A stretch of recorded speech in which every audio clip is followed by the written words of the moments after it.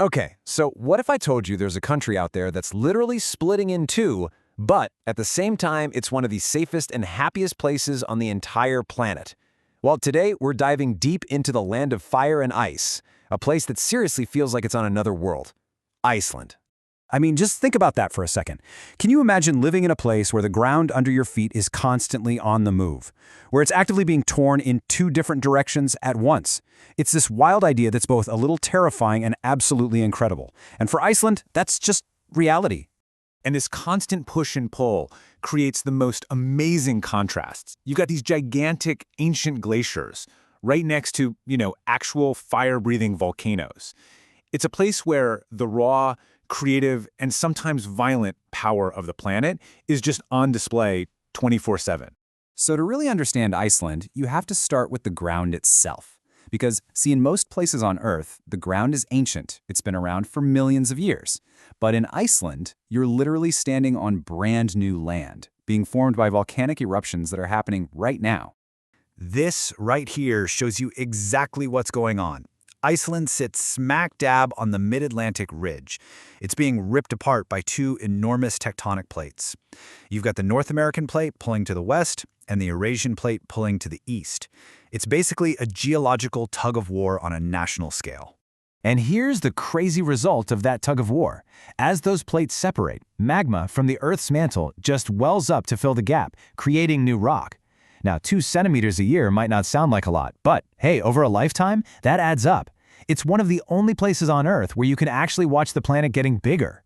You'd think that for most of human history, living on top of this much volcanic chaos would be a terrifying curse, right? But Icelanders are just unbelievably resourceful. They figured out how to turn this potential disaster into their single greatest asset. And here's how they do it. They've harnessed all that heat bubbling under the surface to power their lives. Something like 90% of homes get their heat from this natural energy, practically for free. They use it to warm greenhouses so they can grow fresh vegetables in the middle of a blizzard. They even bake this traditional dense bread called volcano bread by just burying the dough in the hot ground. And for tourists, you can literally go swimming in the gap between two continents at a place called the Sulphur Fissure, floating in this perfectly clear glacial water. It's insane. So, living in an environment that's so dynamic and, let's be honest, sometimes really dangerous, well, that's shaped the Icelandic people in some pretty profound ways. It's forged this culture of incredible resilience, and that one trait really defines their entire history. Iceland's whole history is a story of survival. I mean, it was the last place in Europe to be settled, just because it was so remote and so harsh. They had to get through centuries of foreign rule, terrible plagues, and just catastrophic volcanic eruptions. And as recently as 2008, they had a financial crisis so bad it almost bankrupted the entire country. But through all of that, this is a nation that just knows how to get back up. This resilience is also about holding on tight to their identity. Because they were so isolated for so long, the Icelandic language has barely changed in 1,000 years. So little, in fact, that a modern Icelander can pick up an old Viking saga from the 12th century and just read it, no problem. It's this incredible direct link to their past. And with a population of only about 400,000 people, I mean, that's smaller than the city of Miami, they've had to be pretty creative about their place in the world. They're a founding member of NATO, but they have no army, no navy, no air force. They rely completely on the alliance for their defense. Okay, let's get to the fun stuff, the culture. Because this is where Iceland gets really interesting. All those centuries of isolation, mixed with those long, dark winters, have created some traditions that are just wonderfully weird. Let's talk about Christmas. Forget the mad rush for the latest toys. In Iceland, the most beloved tradition is the Jólaboka flood, or the Christmas book flood. This whole thing started after World War II, when paper was one of the few things that wasn't rationed, so books became the best gift to give. And now, the entire country exchanges books on Christmas Eve and just spends the rest of the night reading. How amazing is that? And speaking of Christmas, forget Santa Claus. They've got 13 of them, and they're all kind of mischievous little trolls. For the 13 nights leading up to Christmas, a different one of these Yule lads comes down from the mountains to leave something in kids' shoes. If you were good, you get a small gift, but if you were naughty, you get a rotten potato, a literal potato.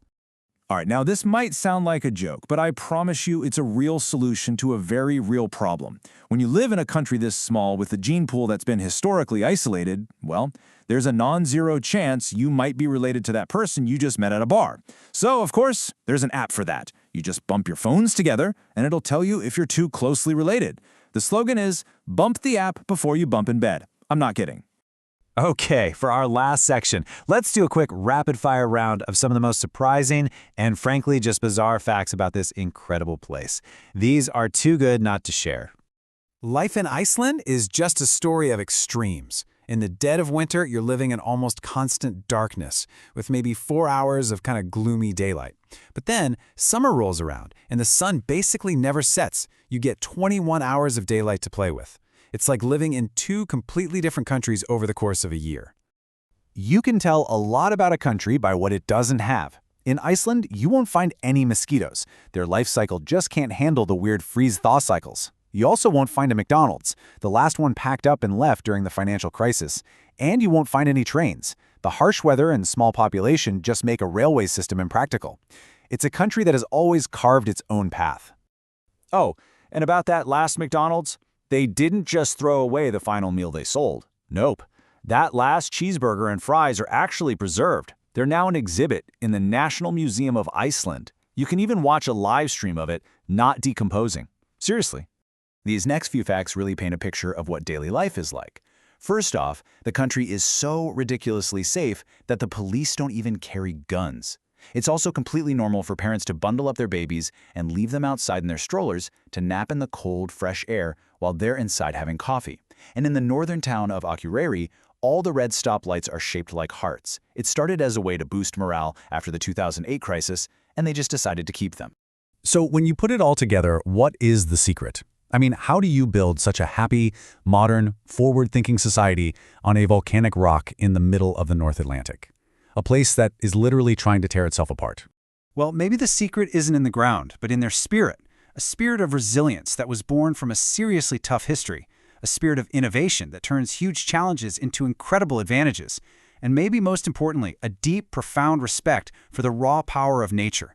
A nature that isn't just a pretty backdrop for their lives, but the very force that is creating their home, inch by inch, day by day.